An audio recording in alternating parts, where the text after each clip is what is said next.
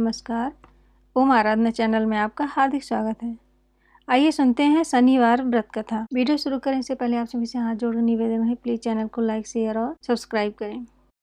एक समय सूर्य, चंद्रमा, मंगल, बुध, बृहस्पति, शुक्र, शनि, राहु और केतु इन ग्रहों में आपस में विवाद छिड़ गया कि हम में सबसे बड़ा कौन है। सब अपने आप को बड़ा कहते थे। जब आपस में कोई निश्चय न हो सका तो सब आपस में झगड़ते हुए देवराज इंद्र के पास गए और कहने लगे कि आप सब देवताओं के राजा हैं, इसलिए आप हमारा न्याय करके बतलाएं कि हम 9 ग्रहों में सबसे बड़ा ग्रह कौन है। देवराज इंद्र देवताओं का प्रश्न सुनकर घबरा गए और कहने लगे कि मुझ में यह सामर्थ्य नहीं है कि मैं किसी को बड़ा या छोटा बतला सकूं। मैं अपने मुख से कुछ नहीं कह सकता। हाँ, एक उपाय हो सकता है। इस समय पृथ्वी पर राजा विक्रमादित्य दूसरों के दुखों का निवारण करने वाले हैं, इसलिए आप सब मिलकर उन्हीं के पास जाएं। वही आपके विवाद का निवारण करेंगे। सभी ग्रह देवता देवलोक से चलकर भूलोक में जाकर राजा विक्रमादित्य की सभा में उपस्थित हुए और अपना प्रश्न राजा के सामने रखा। राजा विक्रमादित्य ग्रहों की बात सुनकर गहरी चिंता में पड़ गए कि मैं अपने मुख से किसको बड़ा और किसको छोटा बतलाऊंगा। जिसको छोटा बतलाऊंगा वही क्रोध करेगा। उनका झगड़ा निपटाने के लिए उन्होंने एक उपाय सोचा और सोना, चांदी, कांसा, पीतल, सीसा, रांगा, जस्ता, अभ्रक और लोहा 9 धातुओं के 9 आसन बनवाए। सब आसनों को क्रम से जैसे सोना सबसे पहले और लोहा सबसे पीछे बिछाया गया। इसके पश्चात राजा ने सब ग्रहों से कहा कि आप सब अपना अपना आसन ग्रहण करें। जिसका आसन सबसे आगे वह सबसे बड़ा और जिसका आसन सबसे पीछे वह सबसे छोटा जानिए। क्योंकि लोहा सबसे पीछे था और वह शनिदेव का आसन था, इसलिए शनिदेव ने समझ लिया कि राजा ने मुझको सबसे छोटा बना दिया है। इस निर्णय पर शनिदेव को बहुत क्रोध आया। उन्होंने कहा कि राजा, तू मेरे पराक्रम को नहीं जानता। सूर्य 1 राशि पर 1 महीना, चंद्रमा 2.25 महीना 2 दिन, मंगल 1.5 महीना, बृहस्पति 13 महीने, बुध और शुक्र 1-1 महीने विचरण करते हैं। परंतु मैं 1 राशि पर 2.5 वर्ष से लेकर 7.5 वर्ष तक रहता हूँ। बड़े बड़े देवताओं को भी मैंने भीषण दुख दिया है। राजन सुनो, श्री रामचंद्र जी को 7.5 आई और उन्हें वनवास हो गया। रावण पर आई तो राम ने वानरों की सेना लेकर लंका पर चढ़ाई कर दी और रावण के कुल का नाश कर दिया। हे राजन, अब तुम सावधान रहना। राजा विक्रमादित्य ने कहा, जो कुछ भाग्य में होगा देखा जाएगा। इसके बाद अन्य ग्रह तो प्रसन्नता के साथ अपने अपने स्थान पर चले गए, परंतु शनिदेव क्रोध के साथ वहां से सिधारे। कुछ काल व्यतीत होने पर जब राजा विक्रमादित्य को 7.5 की दशा आई तो शनिदेव घोड़ों का सौदागर बनकर अनेक सुंदर घोड़ों के सहित राजा विक्रमादित्य की राजधानी में आए। जब राजा ने घोड़ों के सौदागर के आने की खबर सुनी तो अपने अश्वपाल को अच्छे अच्छे घोड़े खरीदने की आज्ञा दी। अश्वपाल ऐसी अच्छी नस्ल के घोड़े देखकर और उनका मूल्य सुनकर चकित हो गया और तुरंत ही राजा को खबर दी। राजा विक्रमादित्य उन घोड़ों को देखकर और एक अच्छा सा घोड़ा चुनकर सवारी के लिए उस पर चढ़े। राजा के पीठ पर चढ़ते ही घोड़ा तेजी से भागा। घोड़ा बहुत दूर एक घने जंगल में जाकर राजा को छोड़कर अंतर्ध्यान हो गया। इसके बाद राजा विक्रमादित्य अकेला जंगल में भटकता फिरता रहा। भूख प्यास से दुखी राजा ने भटकते भटकते एक ग्वाले को देखा। ग्वाले ने राजा को प्यास से व्याकुल देखकर पानी पिलाया। राजा की अंगुली में एक अंगूठी थी, वह अंगूठी उसने निकालकर प्रसन्नता के साथ ग्वाले को दे दी और स्वयं शहर की ओर चल दिया।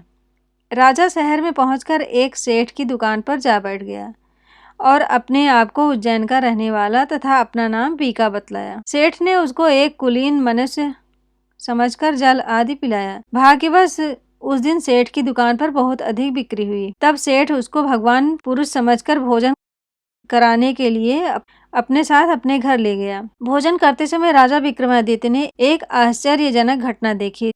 हार लटक रहा था, वह खूंटी उस हार को निगल रही थी। भोजन के पश्चात जब सेठ कमरे में आया तो उसे कमरे में हार नहीं मिला। उसने यही निश्चय किया कि सिवाय बीका के और कोई इस कमरे में नहीं आया, अतः अवश्य ही उसी ने हार चोरी किया है। परंतु बीका ने हार लेने से इनकार कर दिया। इस पर 5-7 आदमी उसको पकड़कर नगर फौजदार के पास ले गए। फौजदार ने उसको राजा के सामने उपस्थित कर दिया और कहा कि यह आदमी भला प्रतीत होता है, चोर मालूम नहीं होता, परंतु सेठ का कहना है कि इसके सिवाय और कोई घर में आया ही नहीं, इसलिए अवश्य ही इसी ने चोरी की है। राजा ने आज्ञा दी कि इसके हाथ पैर काटकर चौरंगिया बना दिया जाए। राजा की आज्ञा का तुरंत पालन किया गया और बीका के हाथ पैर काट दिए गए। कुछ काल व्यतीत होने पर एक तेली उसको अपने घर ले आया और उसको कोल्हू पर बिठा दिया। बीका उस पर बैठा हुआ अपनी जबान से बैल हाँकता रहा। इस काल में राजा की शनि की दशा समाप्त हो गई। वर्षा ऋतु के समय वह मल्हार राग गाने लगा। यह राग सुनकर उस शहर के राजा की कन्या मनभावनी उस राग पर मोहित हो गई। राजकन्या ने राग गाने वाले की खबर लाने के लिए अपनी दासी को भेजा। दासी सारे शहर में घूमती रही। जब वह तेली के घर के निकट से निकली तब क्या देखती है कि तेली के घर में चौरंगिया राग गा रहा है। दासी ने लौटकर राजकुमारी को सब वृतांत सुना दिया। बस उसी क्षण राजकुमारी मनभावनी ने अपने मन में यह प्रण कर लिया, चाहे कुछ भी हो, मुझे इस चौरंगिया के साथ ही विवाह करना है। प्रातः काल होते ही जब दासी ने राजकुमारी मनभावनी को जगाना चाहा तो राजकुमारी अनशन व्रत लेकर पड़ी रही। दासी ने रानी के पास जाकर राजकुमारी के न उठने का वृतांत कहा। रानी ने वहां आकर राजकुमारी को जगाया और उसके दुख का कारण पूछा। राजकुमारी ने कहा कि माताजी, मैंने यह प्रण कर लिया है कि तेली के घर में जो चौरंगिया है मैं उसी के साथ विवाह करूंगी। माता ने कहा, पगली, तू यह क्या कह रही है? तुझे किसी देश के राजा के साथ परिणाया जाएगा। कन्या कहने लगी कि माताजी, मैं अपना प्रण कभी नहीं तोड़ूंगी। माता ने चिंतित होकर यह बात महाराज को बताई। महाराज ने भी आकर उसे समझाया कि मैं अभी देश देशांतर में अपने दूत भेजकर सुयोग्य, रूपवान एवं बड़े से बड़े गुणी राजकुमार के साथ तुम्हारा विवाह करूंगा। ऐसी बात तुम्हें कभी नहीं विचारनी चाहिए। परंतु राजकुमारी ने कहा, पिताजी, मैं अपने प्राण त्याग दूंगी, परंतु किसी दूसरे से विवाह नहीं करूंगी। यह सुनकर राजा ने क्रोध से कहा, यदि तेरे भाग्य में ऐसा ही लिखा है तो जैसी तेरी इच्छा हो वैसा ही कर। राजा ने तेली को बुलाकर कहा कि तेरे घर में जो चौरंगिया है उसके साथ मैं अपनी कन्या का विवाह करना चाहता हूँ। तेली ने कहा, महाराज, यह कैसे हो सकता है? कहाँ आप हमारे राजा और कहाँ मैं एक नीच तेली। राजा ने कहा कि भाग्य के लिखे को कोई टाल नहीं सकता। अपने घर जाकर विवाह की तैयारी करो। राजा ने सारी तैयारी कर तोरण और बंधनवार लगवाकर राजकुमारी का विवाह चौरंगिया के साथ कर दिया। रात्रि को जब विक्रमादित्य और राजकुमारी महल में थे तो आधी रात के समय शनिदेव ने विक्रमादित्य को स्वप्न दिया और कहा कि राजा, कहो, मुझको छोटा बतलाकर तुमने कितना दुख उठाया। राजा ने शनिदेव से क्षमा मांगी। शनिदेव ने राजा को क्षमा कर दिया और प्रसन्न होकर विक्रमादित्य को हाथ पैर दिए। तब राजा विक्रमादित्य ने शनिदेव से प्रार्थना की, महाराज, मेरी प्रार्थना स्वीकार करें। जैसा दुख आपने मुझे दिया है ऐसा और किसी को न दें। शनिदेव ने कहा, तुम्हारी यह प्रार्थना स्वीकार है। जो मनुष्य मेरी कथा सुनेगा या कहेगा उसको मेरी दशा में कभी किसी प्रकार का दुख नहीं होगा, और जो नित्य ही मेरा ध्यान करेगा या चींटियों को आटा डालेगा उसके सब मनोरथ पूर्ण होंगे।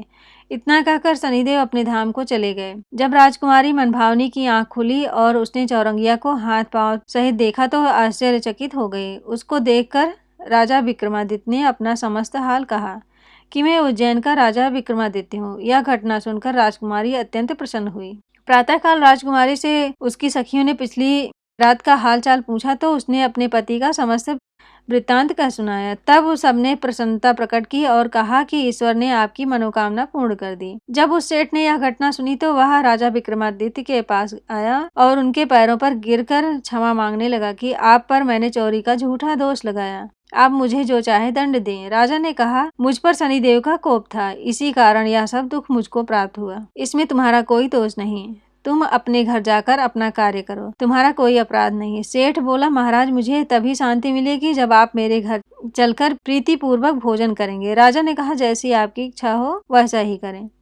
सेठ ने अपने घर जाकर अनेक प्रकार के सुंदर व्यंजन बनवाए और राजा विक्रमादित्य को प्रीति भोज दिया। जिस समय राजा भोजन कर रहे थे एक अत्यंत आश्चर्यजनक घटना सबको दिखाई दी। जो खूंटी पहले हार निकल गई थी वह अब हार उगल रही थी। जब भोजन समाप्त हो गया तो सेठ ने हाथ जोड़कर बहुत सी मोहरें राजा को भेंट की और कहा, मेरी श्री कंवरी नामक एक कन्या है, उसका आप पाणी ग्रहण करें। राजा विक्रमादित्य ने उसकी प्रार्थना स्वीकार कर ली। तब सेठ ने अपनी कन्या का विवाह राजा के साथ कर दिया और बहुत सा दान दहेज आदि दिया। कुछ दिन तक उस राज्य में निवास करने के पश्चात राजा विक्रमादित्य ने अपने ससुर राजा से कहा कि अब मेरी उज्जैन जाने की इच्छा है। कुछ दिन बाद विदा लेकर राजकुमारी मनभावनी, सेठ की कन्या श्री कंवरी तथा दोनों जगह दहेज में प्राप्त अनेक दास दासी, रथ और पालकियों सहित राजा विक्रमादित्य उज्जैन की तरफ चले। जब वह शहर के निकट पहुंचे और पुरवासियों ने राजा के आने का संवाद सुना तो उज्जैन की समस्त प्रजा अगवानी के लिए आई। प्रसन्नता से राजा अपने महल में पधारे। सारे नगर में भारी उत्सव मनाया गया और रात्रि को दीपमाला की गई। दूसरे दिन राजा ने अपने पूरे राज्य में यह घोषणा करवा दी कि शनि देवता सब ग्रहों में सर्वोपरि हैं। मैंने इनको छोटा बतलाया, इसी से मुझको यह दुख प्राप्त हुआ। इस प्रकार सारे राज्य में सदा शनिदेव की पूजा और कथा होने लगी। राजा और प्रजा अनेक प्रकार के सुख भोगती रहे। जो कोई शनिदेव की इस कथा को पढ़ता या सुनता है, शनिदेव की कृपा से सब दुख दूर हो जाते हैं। व्रत के दिन शनिदेव की कथा को अवश्य पढ़ना या सुनना चाहिए। जय शनिदेव।